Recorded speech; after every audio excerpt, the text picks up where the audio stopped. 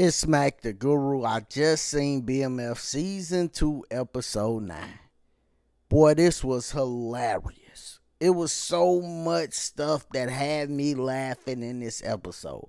And first thing I gotta say, y'all know I'm a critic. You know I'm a critic.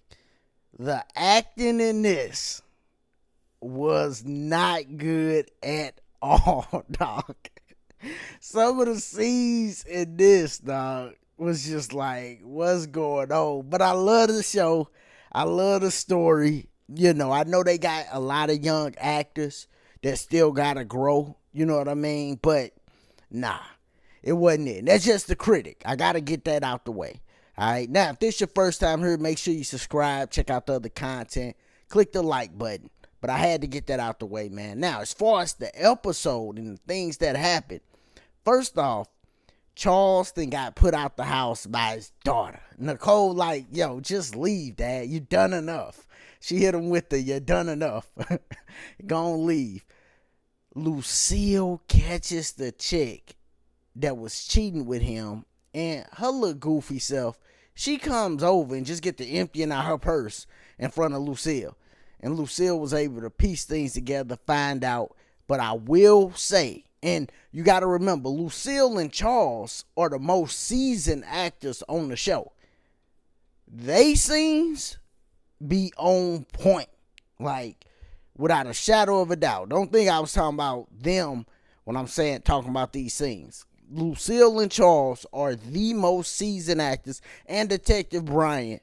They scenes all be on point. But see, them older actors, so they done been around, they established, they seasoned, they know how to really do it. So all they scenes be on point. That scene when she kicked out the house was fire. I gotta give it up. That scene was fire, and both of them acted real good. And you could tell she was mad. She wanted to hit her with the skillet, but she like, you know what, I'm gonna let her live. I ain't gonna hit her with the skillet. It ain't even worth it. You know, so she just put her out. And of course, before this happened, she had a scene with Pastor Swift. This dirty, dirty dog. I always knew Pastor Swift wanted to hit it for real. You see they at the table, he just slid his little hand on her thigh. And then as soon as she moved his hand, he like, yo, split that bill. And you could tell on Lucille's face, she like, oh, okay, now we gonna split the bill. If I'd let you keep your hand right there, you'd just paid for it. You know, she know what's up. But that was funny because he like, yo, split that bill. Take that back. Take that receipt back. Split that bill. You know, I ain't paying for it. I ain't getting none. That was funny. But Pastor Swift off the chain for even trying her. Like, come on, dog. You the pastor. She off the chain for going to dinner with him, though. Talking about she looking for counsel. No, you trying to make Charles jealous. Rightfully so, though, because Charles been wilding. So when the boys get back, they gonna figure out, dang, Pops ain't even staying at the crib no more. You know what I mean? So that's gonna be a whole nother situation. But speaking on the boys, of course they go to Atlanta. And what was dope was at the end when Goldie told Meech about her sister and that she had AIDS. Bruh, the whole episode when they got down to Freaknik, I couldn't help but think, they down there wilding now. Remember, it's the late 80s, 90s, people wilding out. You got Freaknik, all that stuff. Currently today, Atlanta is like a third world country when it comes to diseases, dog.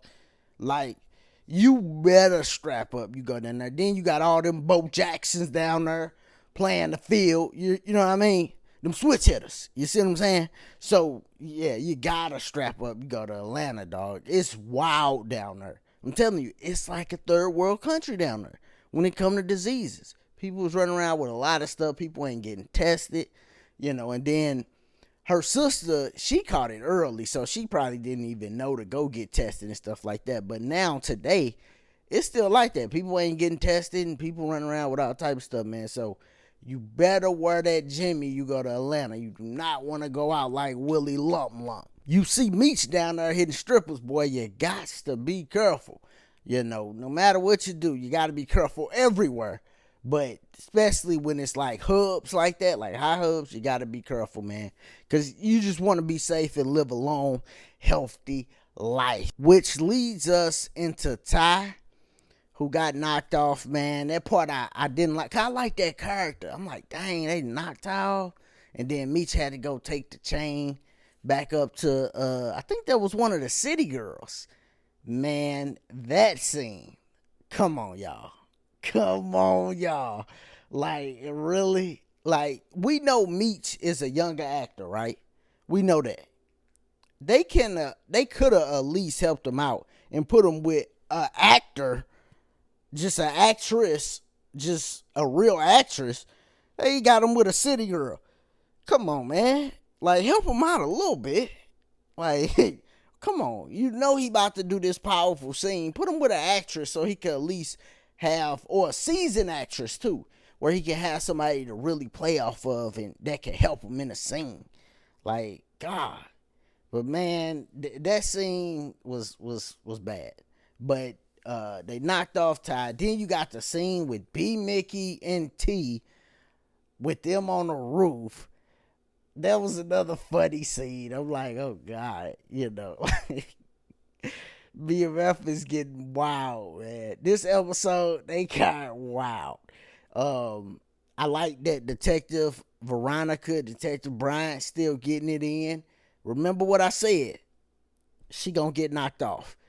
His son is gone now.